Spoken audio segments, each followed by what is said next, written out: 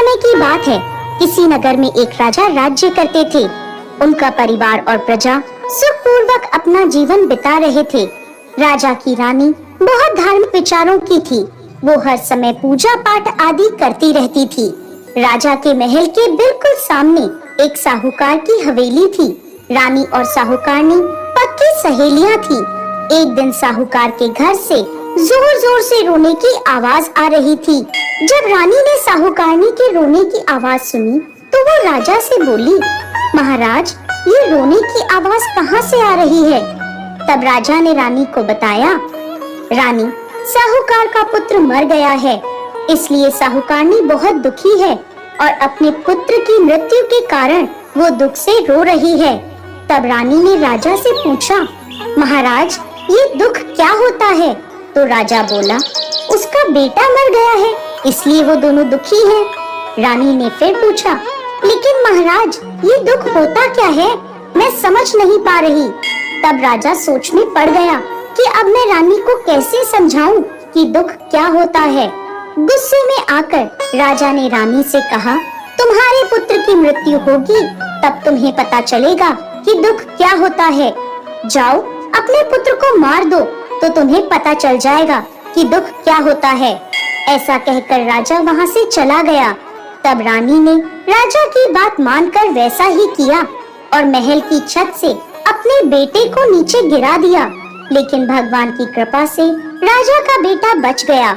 अब राजा अपने बेटे को देखने के लिए उसके पास दौड़ा दौड़ा आया तो देखता है कि उसका बेटा सामने से चला आ रहा है।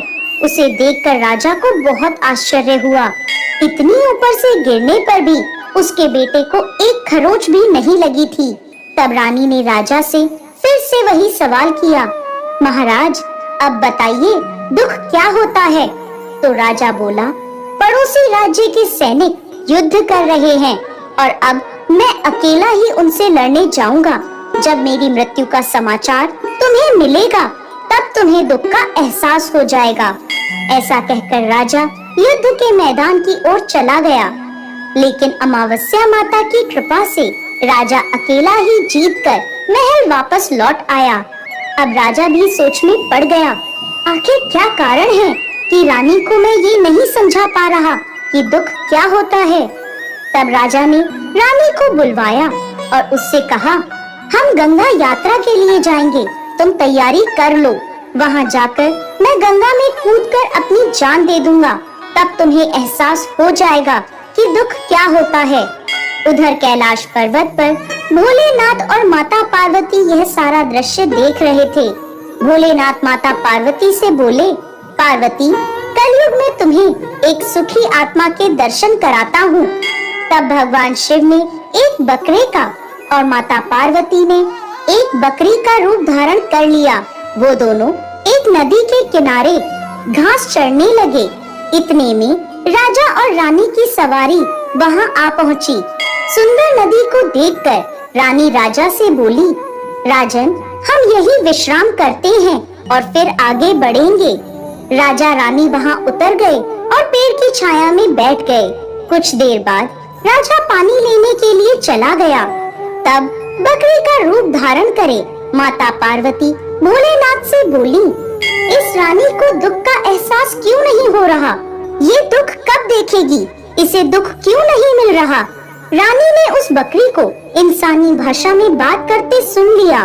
तब भगवान शिव माता पार्वती से कहने लगे, अपने पिछले जन्म में इस रानी ने अमावस्या का व्रत किया है, इसलिए इस जन्म में ये रानी बनी है और सुख का आनंद ले रही है। गंगा जी में बह जाने पर भी राजा की मृत्यु नहीं होगी। रानी ने बकरा और बकरी बने भोलेनाथ और माता पार्वती की सारी बातें सुन ली।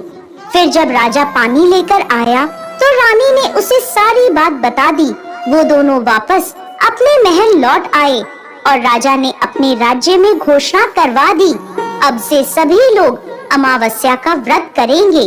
राजा खुद भी अमावस्या की पूजा और व्रत करने लगा। जय अमावस्या माता।